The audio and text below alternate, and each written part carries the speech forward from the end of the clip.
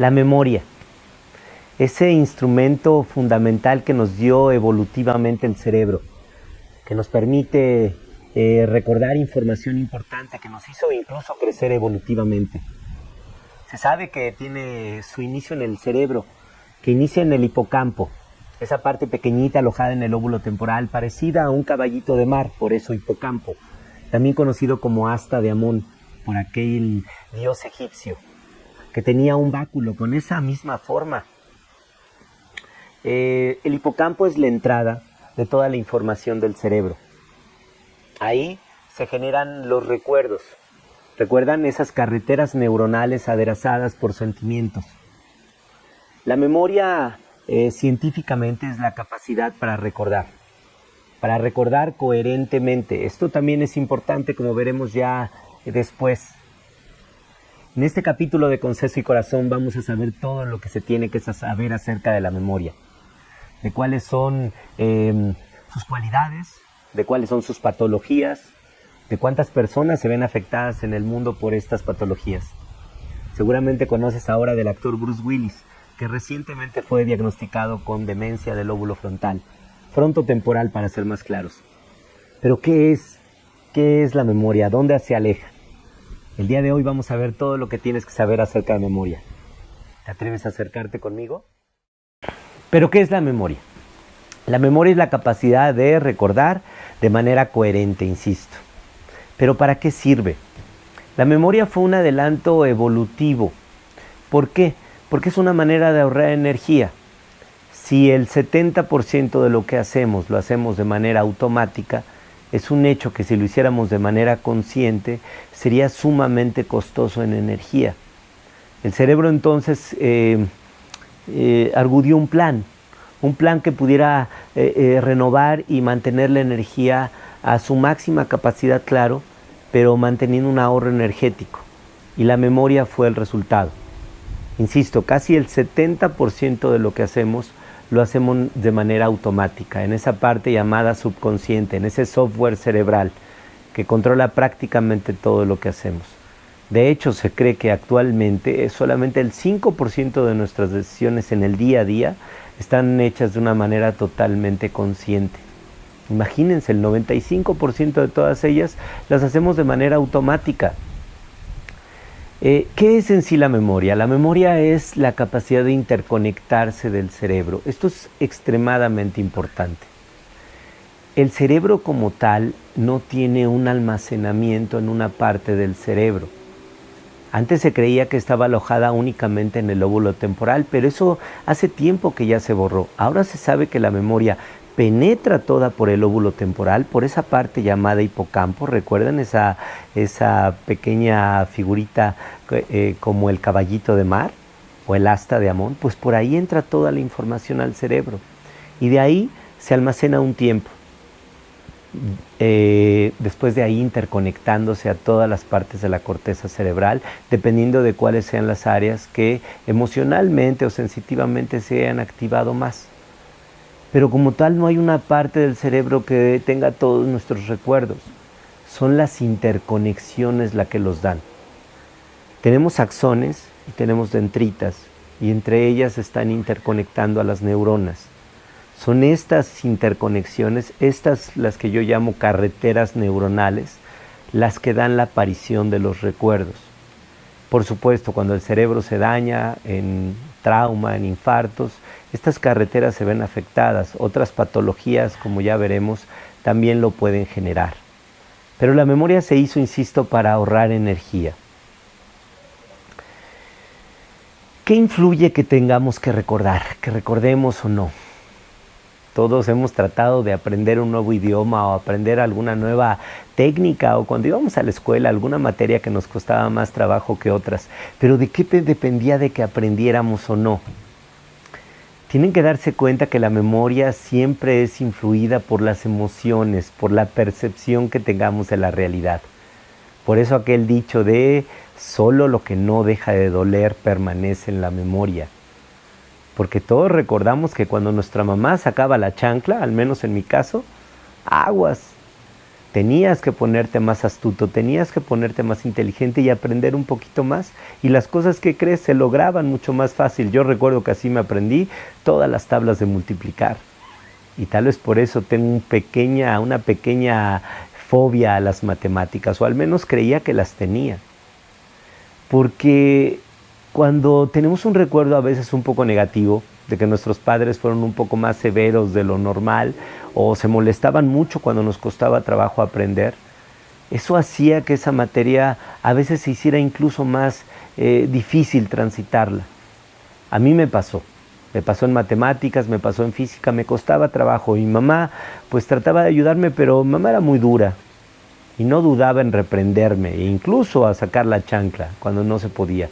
Al final siempre lograba que yo aprendiera, que yo pasara y con buenas calificaciones, pero eso hacía que esa materia para mí cada vez se hiciera más difícil. Al momento de llegar a la prepa, pues ya la física era prácticamente jeroglíficos para mí. Entonces el estado de ánimo influye. Los maestros que fueron muy capaces, pero también muy emocionales, muy emotivos, los que tuvieron gran empatía con nosotros, los que verdaderamente les importaba querer transmitir la información, era mucho más fácil que nosotros captáramos la información que ellos nos daban. ¿O qué tal ese maestro también estricto, que no se andaba con rodeos y que castigaba al primero que se levantara? También era fácil que pudieras aprender, pero eso era un arma de doble filo. El estado de ánimo es fundamental para que puedas aprender. ¿Por qué? Porque la información, hay que recordar que científicamente todo entra a través de los órganos de los sentidos. Todo es información, todo es energía. Y esa energía en forma de fotones o en forma de ondas electromagnéticas o en forma de ondas sonoras, llega a través de los órganos de los sentidos y el cerebro las capta. Estas son transformadas en señales bioeléctricas y recuerden mucho, aderezadas por emociones. El cerebro, como recalcaremos más tarde, no recuerda como tal fotografías como nosotros creemos, que son pequeñas fotografías. Es más como una poesía, es decir, son letras pero con una transmisión emocional importante. Y son esas emociones las que van a hacer que la información permanezca o no, o sea relevante o no. Toda la información va a llegar al hipocampo, toda. Y toda va a tener un contexto emocional añadido. La memoria es ilimitada, la memoria es eterna. Lo que sacan en las películas estas en donde el actor es capaz de recordar todo, eso es posible y lo veremos. Pero dependiendo de qué carga emocional tenga, es la capacidad que vamos a tener de acceder a esa información. Entonces, si la carga emocional es importante, ya sea negativa o positiva, la carretera neuronal terminada, es decir, la unión entre axones y dendritas, y estas interconectando a neuronas, va a ser mucho más poderosa. Y si aparte nosotros cada día estamos trayendo a la memoria esos recuerdos, esos traumas, esa carretera se va a ir solidificando más. Entonces, insisto, emocionalmente es importante para la memoria. Pero podríamos recordar todo, como les dije yo, como dicen las películas estas de Invencible, en donde a través de una droga el paciente es capaz de acceder a toda la información que ha tenido en su cerebro. Eso es cierto y ya se ha visto en patologías. Su nombre es hipertimesia o memoria autobiográfica. Y se ha descrito en películas, se ha descrito en libros, pero es real. Personas que tienen la capacidad de recordar cada evento de su vida. De hecho, los pacientes recuerdan incluso desde el primer momento de su existencia. Los pacientes empiezan a dar cuenta que después de los 2 años están viendo el ventilador y no pueden quitarse de ahí. Los padres creen que tienen autismo o algún tipo de déficit. Los revisan, ven que, bueno, pues a lo mejor son muy introspectivos, pero nada más. Ya cuando empiezan a hablar se dan cuenta que pueden recordar todo. Y cuando son llevados al médico, pues se dan cuenta de que tienen esta patología. ¿Por qué digo patología? Porque las personas que lo tienen se pensaría que serían genios y no es así. Viven atormentados realmente. ¿Atormentados por qué? Porque el poder recordarlo todo genera que tengas fijación, que tengas incapacidad de movimiento, que tengas incapacidad incluso de determinar lo que es real y lo que no, porque los pacientes refieren que los sueños para ellos son totalmente reales y no se sabe cuál es la diferencia. También se ha visto que son incapaces de poder definir el ritmo de su vida o el rumbo de su vida. Normalmente son totalmente infelices o tienden a tener relaciones sumamente caóticas. Al final incluso mueren tempranamente por patologías o ya disturbios o trastornos mentales como depresión, ansiedad e incluso esquizofrenia. La hipertimesis cerebral, o la memoria autobiográfica nos recuerda que la pérdida de la memoria, es decir, el que no podamos recordar todo, es un avance evolutivo también. ¿Por qué? Porque como te das cuenta, si puedes recordar todo, es incapaz que puedas avanzar. Necesitas tener podas neuronales y por eso la primera es a los 2 años. Bueno, si nos ponemos más estrictos, la primera es al momento del nacimiento, porque al nacer generas una sustancia llamada DMT, que es una droga potentísima, la cual solamente se produce 2 veces en la vida, al momento de nacer y al momento de morir. Y esto tiene un objeto claro, es que tú puedas olvidar ese evento tan traumático. Imagínate estar en el vientre materno, en ese calor y en esa tranquilidad absoluta, y de repente ser arrojado. Debe ser horripilante sentir el frío, emerger a la tierra. Y la DMT borra todo eso. Pues la segunda poda neuronal es a los 2 años.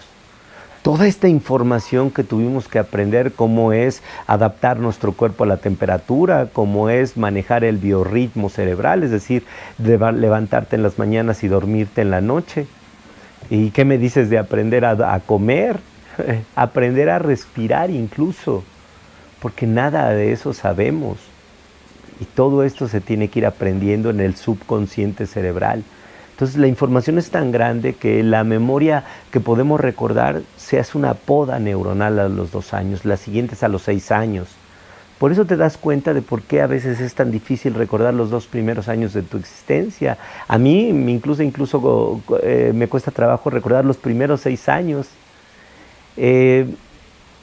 Ya después las podas neuronales se vuelven mucho menos frecuentes y es hasta el decaimiento de la memoria en la edad adulta, a partir de los 65 años, cuando la memoria realmente puede empezar a fallar, pero discretamente, muy discretamente. El cerebro está capacitado para tener una vida superior a los 120 años. Es prácticamente grasa su constitución, por eso es tan suavecito como un flan. Al ser así, la capacidad de interconexión cerebral, la capacidad de resistencia cerebral es muy alta. Por eso es que no es aceptable que desde los 30 años se te estén olvidando las cosas o a los 40 años y que tú culpes a la edad de eso. Es inadecuado. ¿Cuáles son las fases de la memoria? Las fases de la memoria se clasifican como la codificación, el almacenamiento y la recuperación. Esas son las partes en donde el cerebro todo lo clasifica. El cerebro como tal no recuerda los colores o no recuerda la forma, recuerda para qué sirven los objetos, clasifica todo en diversos compartimientos de acuerdo a la utilidad que tienen esas memorias y de acuerdo a la sensibilidad que tenemos. Y de ahí se derivan algunos tipos de memorias, que son, por ejemplo, la memoria sensorial. La memoria sensorial está dada por la icónica y la ecoica. La ecoica es la capacidad de audición y la icónica es lo que recordamos visualmente. Pero también tenemos la memoria de corto y de largo plazo.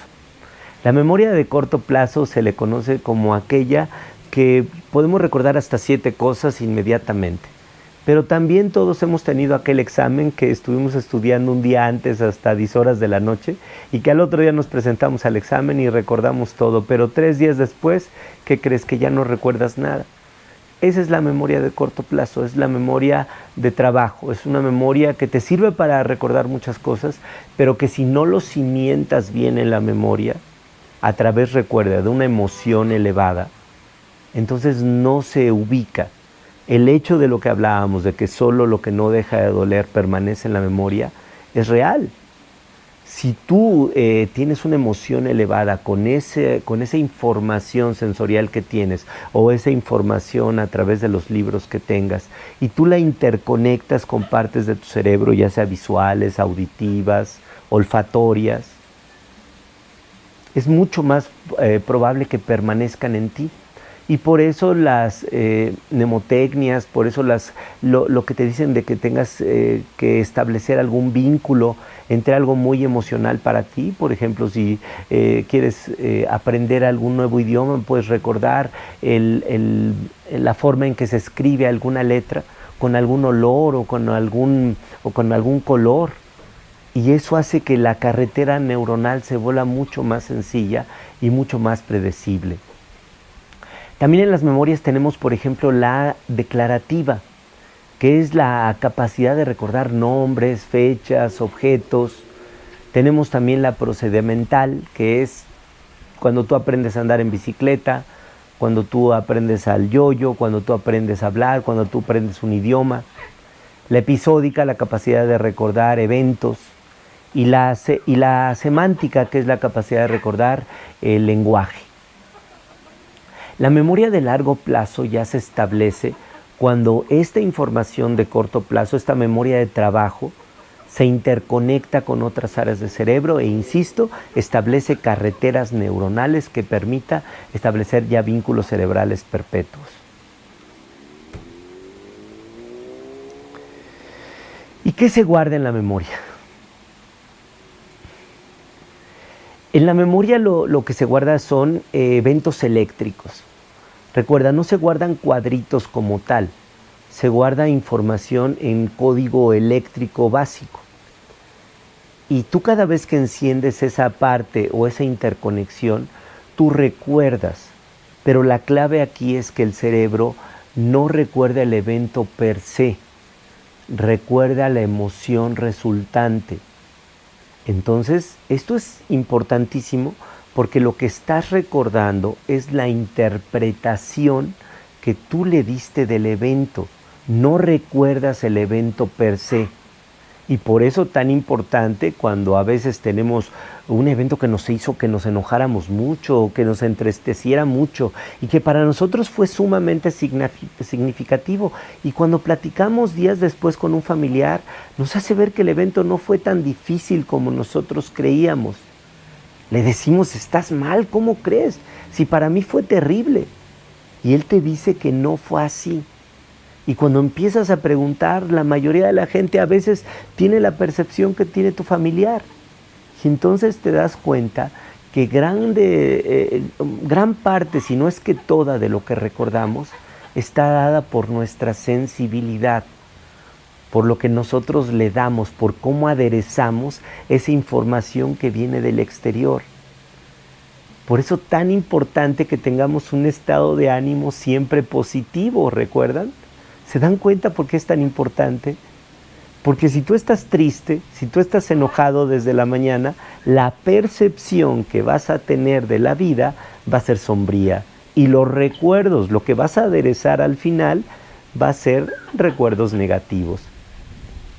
Y finalmente tu vida, porque al final tus recuerdos generan tus actos, y tus actos, recuerda, que generan tus hábitos, y tus hábitos generan tu personalidad, y tu personalidad al final hace lo que tú eres. Entonces, necesitas tener una percepción positiva de la vida para generar recuerdos positivos y de esa manera poder transitar de una mejor manera. Pues ahora que ya conoces dónde está la memoria, cómo se forma, qué es lo que lo hace, vamos a hablar de las patologías de la misma. Muy bien. Pues siguiendo con la situación de la memoria, pues vamos ahora a hablar de los trastornos mentales. Y para ello vamos a empezar con la epidemiología. Resulta que de 400 a 800 millones de personas actualmente tienen algún tipo de trastorno mental. Que vaya, sea desde la ansiedad, la depresión, la tristeza, hasta ya situaciones más importantes como la bipolaridad, la esquizofrenia, las manías, etcétera. Incluso las revistas de psiquiatría afamadas hablan de que 1 de cada 4 personas en algún momento de nuestra vida vamos a experimentar algún trastorno psiquiátrico o psicológico mayor. Importantísimo, ¿verdad? Actualmente en mi ramo, las sociedades de cardiología y de neurología, ponemos al estrés antes que el tabaco.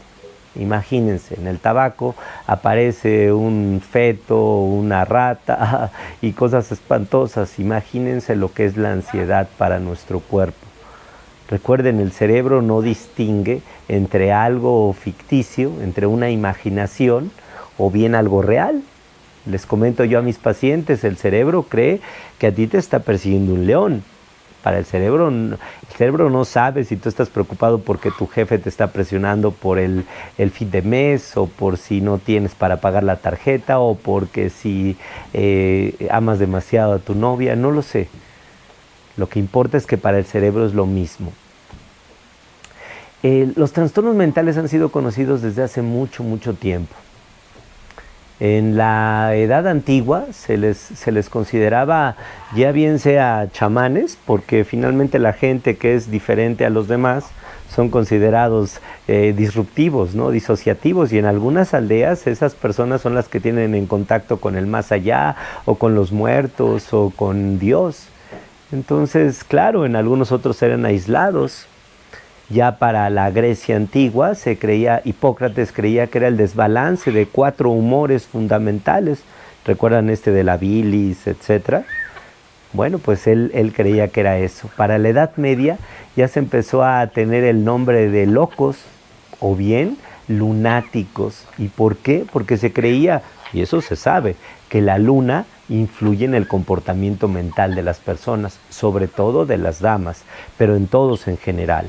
Caramba, los astros tienen influencia en nosotros, y esto es totalmente real desde el punto de vista cerebral.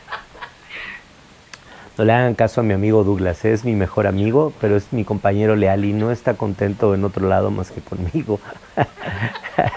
Bueno, había incluso en la Edad Media algo que se llamaban las naves del olvido, donde se les subía a todos los disruptivos, o todos los locos, o todos los disociales, y se les enviaba a perderse en el océano. Algunas creencias se dice que la isla de Australia fue colonizada básicamente por bandoleros, y también por personas que se creía que tenían algún tipo de trastorno mental. Ya en el siglo XVIII, Philippe Pinel, el padre de la psiquiatría moderna, ya habla de 4 tipos de alteraciones que van desde la melancolía, la depresión, la manía. Pero él ya empieza a utilizar, por ejemplo, la camisa de fuerza, empieza a utilizar las duchas frías, empieza a utilizar ya sitios específicos para tratar a pacientes de estas características. Le da una dignificación al tratamiento de los padecimientos psiquiátricos. Antes, insisto, se les alejaba, se les recluía o se les mataba incluso. Pero en este momento ya empiezan a hacerse los primeros avances. Ya para el siglo XX ya se empiezan a hacer algunos procedimientos quirúrgicos. Para 1950 se hacían lobotomías. Se creía que si se les quitaba el lóbulo frontal, ahí se creía que estaba el alma, ¿recuerdan? Pues se quitaba toda la personalidad disociativa. Después se veía que el paciente quedaba hecho un zombie. Entonces, bueno, solamente percibía, pero no estaba conectado con la realidad, y se dejó de hacer. Pero se siguieron haciendo lobotomías en paradigmas cerrados. Se introducía, imagínense, como un estilete de metal a través de los ojos, se luxaba el ojo, y se empezaba a hacer así, imagínense, se rompía la lámina que cubre la parte posterior del ojo, se introducía al cerebro y se lastimaba totalmente el lóbulo frontal, queriendo hacer una especie de desconexión. Lo que ahora se hace obviamente de una manera mucho más sutil en cirugía de epilepsia. Pues eso también se hacía. Y actualmente, ¿qué se está haciendo para los trastornos psiquiátricos? En mi caso, yo soy cirujano estereotáctico. Yo opero mediante un sistema llamado estereotaxia que me permite ubicar partes muy profundas del cerebro y muy pequeñitas a través de un estilete metálico con coordenadas cartesianas guiadas por computadora. Pues ahí podemos estimular la corteza del cíngulo, por ejemplo, podemos estimular el tálamo, podemos estimular muchas partes que permiten cambiar la personalidad de pacientes ya con padecimientos psiquiátricos muy severos. Claro, se requieren protocolos muy amplios y mucha seriedad al asunto, pero ya se están haciendo cirugías muy exitosas, por ejemplo, para anorexia y bulimia, se están haciendo para trastornos disociativos importantes, y algunos tipos de ansiedad y depresión, con muy buenos resultados. Insisto, se requiere un protocolo muy serio. No solamente es hacerlo en el momento que yo quiera, se requiere un consejo psicológico, un consejo psiquiátrico, un consejo neurológico e incluso una muy buena capacitación familiar para entender lo que se va a hacer. Pero esto ya se trata. ¿Y qué me dicen obviamente de los medicamentos, ¿no? Que como los recapturadores de serotonina, de dopamina han venido a dar un revuelo a esta situación y los trastornos mentales que se creían insalvables, pues hemos avanzado bastante. Pero ¿para qué sirve esta situación de preocupación, ansiedad y cambios emocionales? Pues por ejemplo, la preocupación nos sirve ¿para qué? Para estimular la planeación del futuro. Si no estuviéramos preocupados, estaríamos prácticamente paralizados. La evolución lo que nos permitió es tener esta pequeña preocupación de ver, ay caramba, no hay carne, pues tenemos que ir a cazar porque si no nos vamos a morir. De otra manera, la apatía también terminaría con nuestra vida. ¿Y qué me dicen del temor, del miedo? Si no tuviéramos miedo a las serpientes, pues a cada animal que reptante que nos encontráramos lo acariciaríamos y normalmente estaríamos muriendo a unas tasas mucho más altas, ¿verdad? El problema que es que cuando se lleva al límite esto, cuando la preocupación te lleva a la depresión, a ya no poder salir de esto es cuando se da la patología y es cuando se requiere ya tener medidas precautorias. Los trastornos de personalidad tienen que ser ya vigilados cuando ya empieza a dar trastornos en la salud. Si el paciente al no comer ya empieza a enfermarse frecuentemente, si el paciente que es agresivo empieza ya a meterse a problemas porque con la ley o con sus vecinos, si la persona depresiva ya lleva 2 días sin comer y es percibido por sus familiares, es importante que busques un consejo psicológico, psiquiátrico. Pero finalmente los padecimientos, los trastornos mentales, que afectan, insisto, actualmente a casi 800 millones de personas, un cuarto de ellas por ansiedad, un cuarto o más por depresión. Hay otros también, otros trastornos mentales, como por ejemplo el déficit de atención, el autismo, que se consideran en el rango intermedio. El déficit de atención, el autismo, se cree que son solamente formas diferentes de trabajar del cerebro, ¿no? En algunos lugares, y yo mismo no los considero una patología. ¿Por qué? Porque ¿qué sería si no tuviéramos esa capacidad de introspección tan alta o de fijación tan alta que tienen los autistas?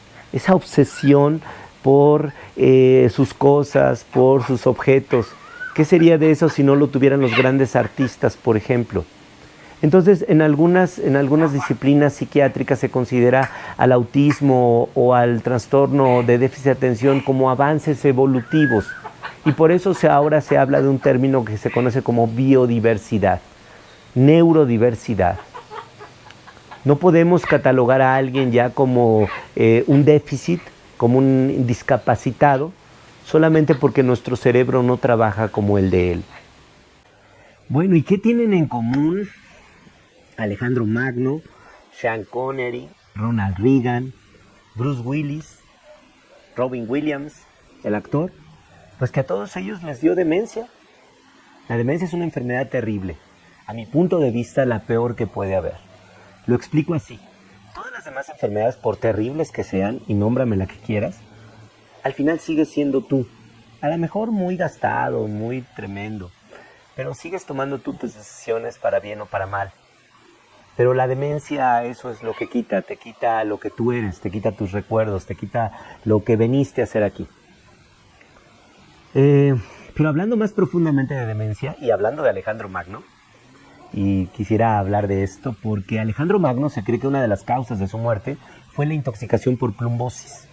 ¿Qué quiere decir esto? Alejandro Magno usaba normalmente una copa llena de oros, con piedras preciosas y demás, pero para que este oro se quedara solidificado en la copa y darle forma, tenían que ponerle algún metal o alguna sustancia que solidificara el oro, y el plomo era muy buena idea. El problema es que el plomo consumido en altas dosis y por largos periodos empiezan a generar alteraciones mentales, demencia y al final la muerte misma. Se cree que Alejandro Magno en sus últimas etapas ya tenía una demencia avanzada. ¿Qué me dicen también de Goya? Que también en la etapa oscura, en esta parte, en la galería oscura que está en el Museo del Prado en España, se encuentra como una mente brillante que antes estaba cautivada por el color y la forma de la estética, de repente se empieza a tornar negruzca, pero aún así también brillante y genial. Recordamos a Saturno devorando a sus hijos, o pelea de garrotes, situaciones hermosas. ¿Y qué me dicen del mismo Van Gogh?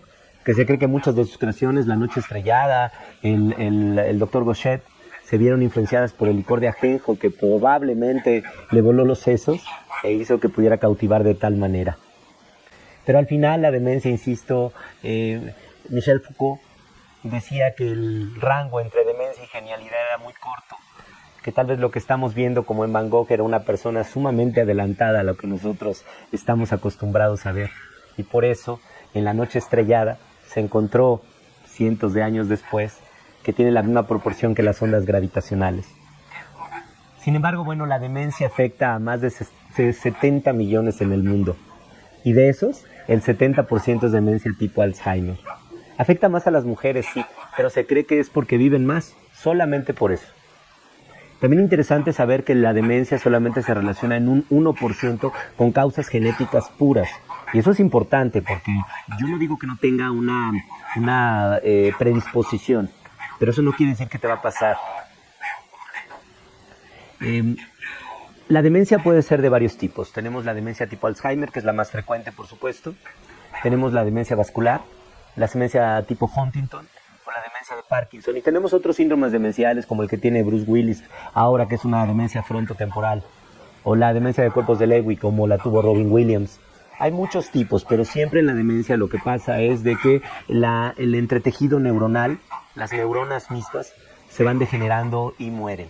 Puede ser porque sean reemplazadas por elementos proteicos, como en el Alzheimer, o puede ser solamente la muerte neuronal, como la demencia vascular. Pero en todas ellas hay una pérdida de volumen cerebral. No importa el lugar específico donde haya, claro, es más importante el lóbulo temporal porque ahí ya sabemos que está la memoria, pero no es el único.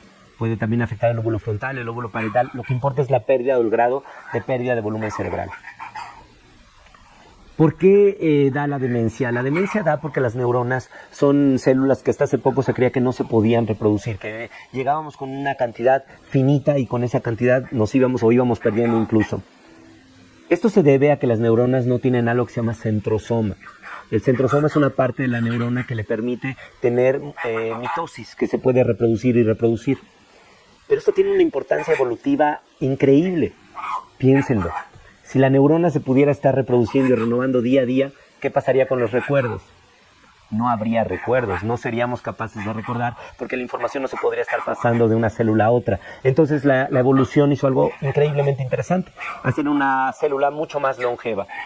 Pero ¿qué creen? Hasta eso también ha cambiado. Las neuronas, se saben, en parte del hipocampo y parte de la corteza olfatoria se pueden reproducir, pero no porque tengan la capacidad de reproducirse ellas mismas, sino a través de las células madres, de los neuroblastos, que todavía permanecen en el lóbulo temporal o en la corteza olfatoria. Un segundito, por favor. Ya estate. Ya. Perdón. Entonces, estando en la corteza olfatoria y en el hipocampo, si nosotros estimulamos al cerebro, se ha visto que hay factor de neurogénesis cerebral aún en personas de 80 años. Solamente no se encuentra en pacientes con Alzheimer, que se pierde y que ya entraremos a ello. Ahora, ¿qué factores pueden influir para la demencia? Y ya hablando propiamente del Alzheimer, que afecta, insisto, a un 70% de estos 60, 70 millones que hay actualmente en el mundo, y que muy probablemente sean mucho más. ¿Qué antecedentes hay? Debe de haber una cantidad mayor de proteína beta-amiloide, debe de haber una proteína llamada tau, y debe de haber también un gen conocido como el gen ApoE4. Este gen ApoE4 recientemente fue descubierto en la sangre de Chris Hemsworth. No sé si se pronuncia así, pero es Thor. Él hizo un documental para una cadena televisiva y salió que él tiene este gen que lo predispone 4 veces más a tener Alzheimer.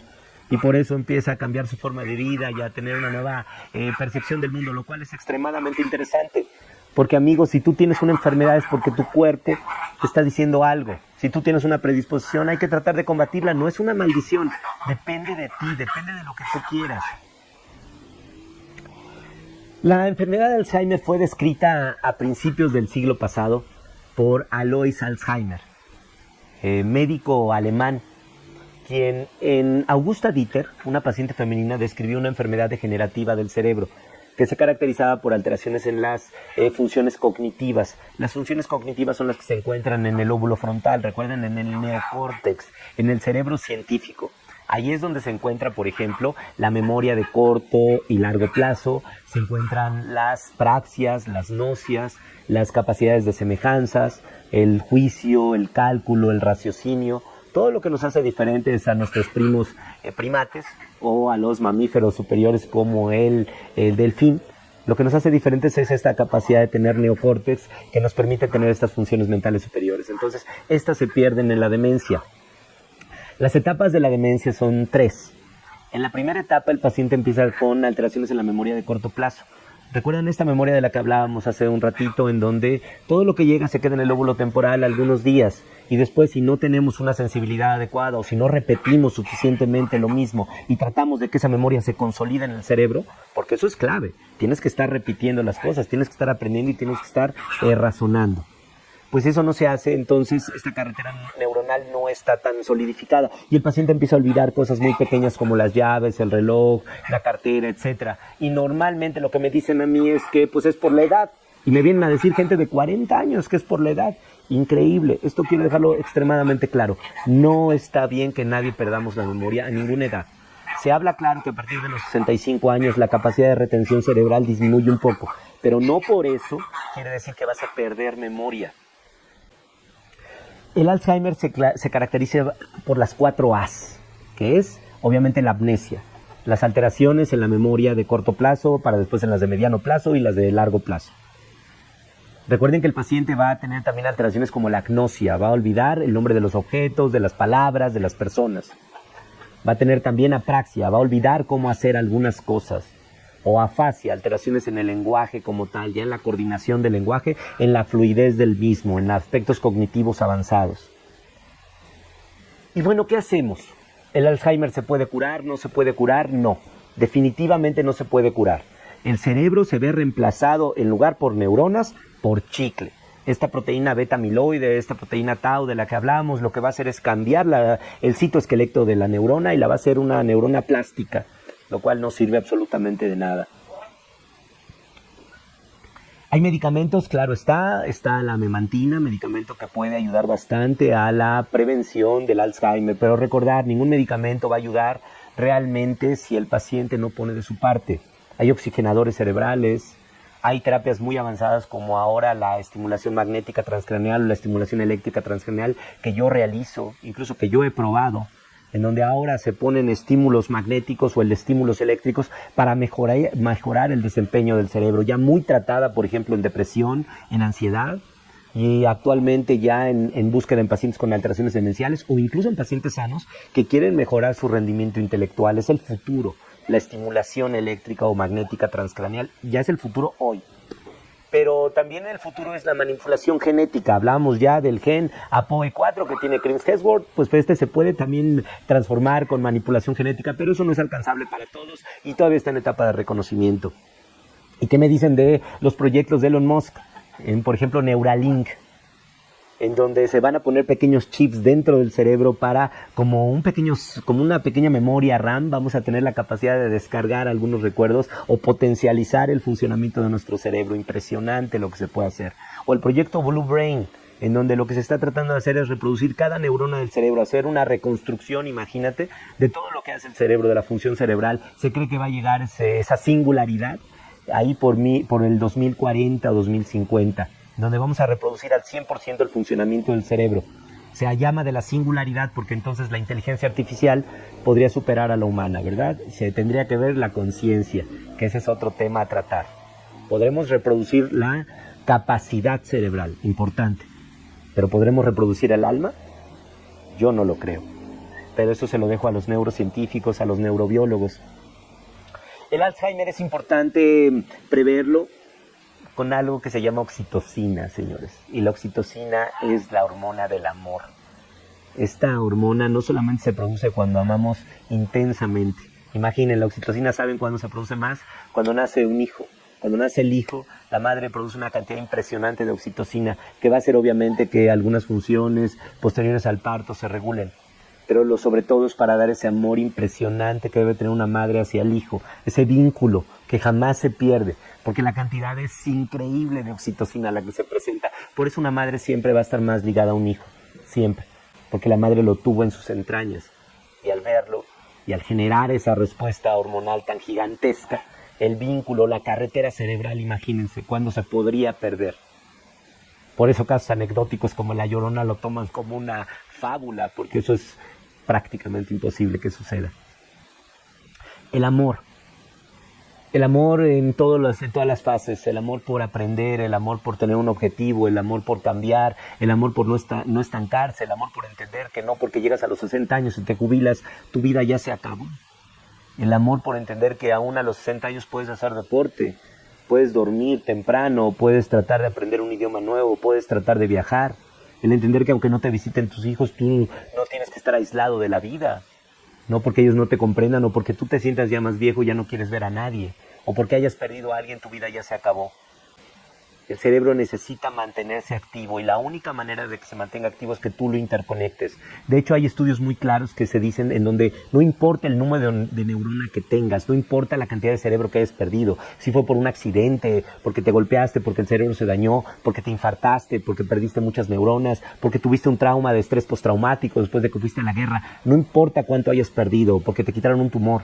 Lo que importa es cómo interconectas tu cerebro. Y hay una anécdota interesantísima, que es cuando muere Albert Einstein, dona su cerebro a Princeton, con tan mala suerte que se roban el cerebro.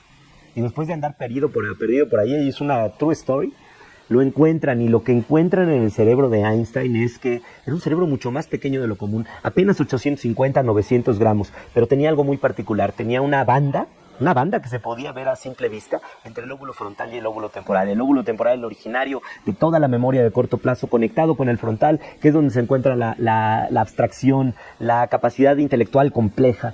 Pues ahí tenía él una carretera de ese tamaño, ¿lo ven? Lo importante no es cuánta neurona tenemos, lo importante no es el IQ, lo importante no es ni siquiera qué inteligencia nos caracteriza. Lo importante es cómo utilizamos ese don, cómo utilizamos las interconexiones cerebrales, cómo interactuamos con la realidad. Cada día, recuerden, como lo dijo este neurólogo famoso, cada acto de percepción es un acto de creación y cada acto de memoria es un acto de imaginación. ¿Por qué? Porque recuerden que cada recuerdo no es una fotografía que se extrae de nuestra mente, es solamente una percepción que tuvimos en un momento del tiempo y que va a ser interpretada como nosotros queramos en esta realidad, en este hoy. No importa el trauma que hayas tenido, es cómo lo percibes hoy. Y si te atreves a ver ese recuerdo con otra perspectiva, desde otro punto de vista, entenderás que puedes sanar, que puedes ser diferente, que puedes ser feliz, verdaderamente feliz. porque la felicidad está dentro de ti. Y recuerda, solamente está el hoy. Solamente existe el hoy. Para el cerebro, el ayer es un presente que ya quedó y el futuro es un presente que no ha llegado. Solamente tienes el hoy. El recuerdo es esa percepción que ahora tú estás trayendo para generar una nueva emoción. Así que emociónate bello, emociónate lindo, vive bien y vive feliz. Se puede. Entendiendo cómo funciona el cerebro, se puede cambiar. ¿Te atreves a cambiar conmigo? Gracias por escucharme. Perdonen a mi amigo verde que nunca se cayó. Saludos desde el corazón, gracias.